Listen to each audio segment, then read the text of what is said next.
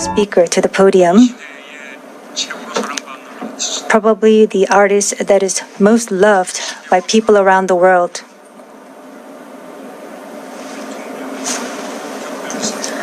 Who have been designated as the special presidential envoy for future generations and culture. We're going to listen to their story, the BTS.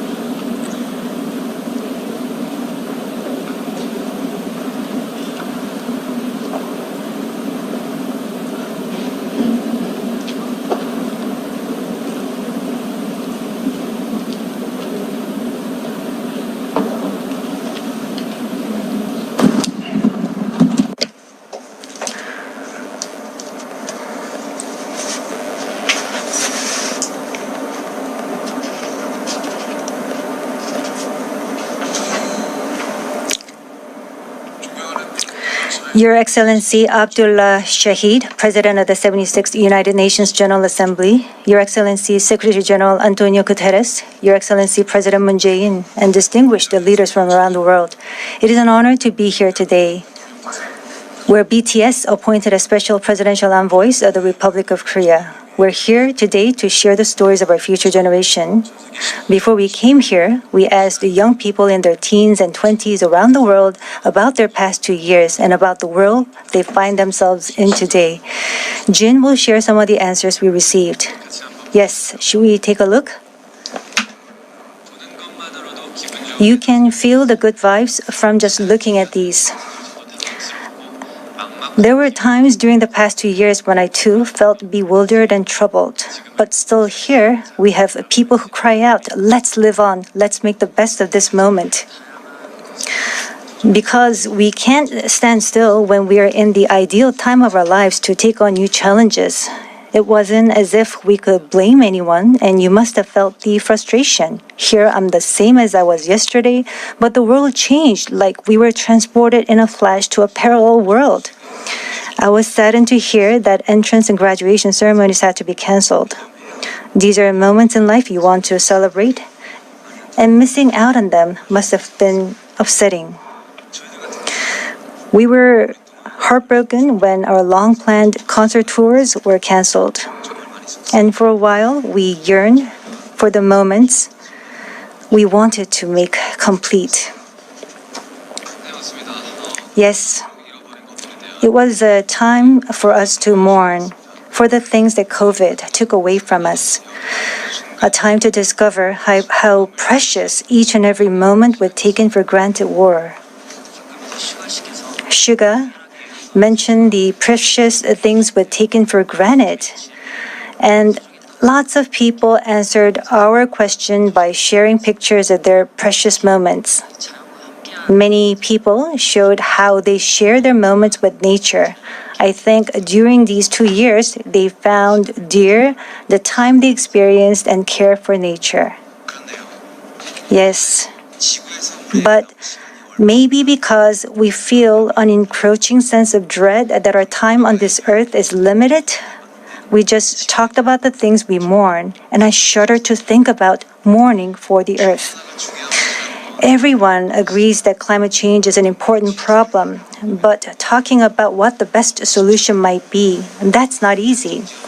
It's a topic that's tough to make conclusions about. Yes, it is a tough discussion, but I learned while preparing for today that there are many young people who have an interest in environmental issues and choose it as their field of study. The future is unexplored territory, and that's where we, more than anyone, will spend our time. So these young people were searching for the answers to the question of how we must live that future. So I hope we don't just consider the future as grim darkness. We have people who are concerned for the world and searching for the answers. There are still many pages left in the story about us, and I thought we shouldn't talk like the ending's already been written. Of course, sometimes the world seems stuck in place even if you're ready to go. Sometimes it feels like you've lost your way. There was a time when we felt the same way. I've heard that people in their teens and 20s today are being referred to as COVID's lost generation.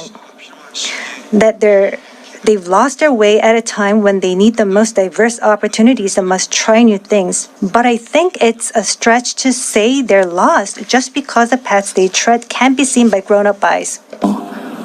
Yes, take a look at these pictures. Here we have many who are trying hard to continue their friendships online in new ways, start learning new things, live healthier lives.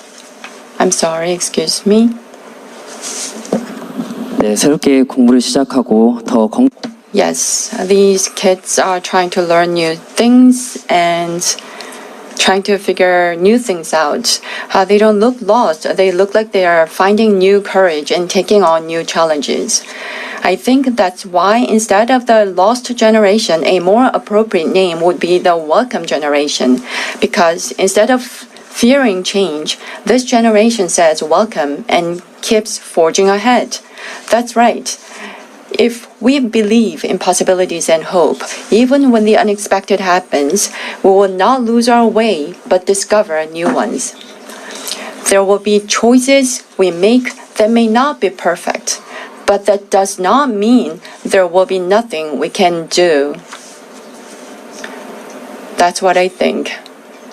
What is important are the choices we make when we're faced with change, right? Some of you heard the news that we're coming to the UN, and a lot of you were wondering whether we have been vaccinated. And I'll take this opportunity to say yes, all 7 of us. Of course, we received vaccinations. The vaccination was a sort of ticket to meeting our fans waiting for us and to being able to stand here before you today. Just like we said in our message today, we too are doing the things that we're able to do right now. Like the vaccinations, efforts are continuously underway to keep this new reality going forward. And I think the day we can meet again face to face is not far away. Until then, I hope we can fill each of our days to the brim with positive energy. We thought the world had stopped, but it continues to move forward. I believe that every choice we make is the beginning of change, not the end. I hope that in this nascent new world, we can all say to each other, welcome. And now, as we look forward to this future, the permission to dance is our message of welcome that we want to share with everyone today.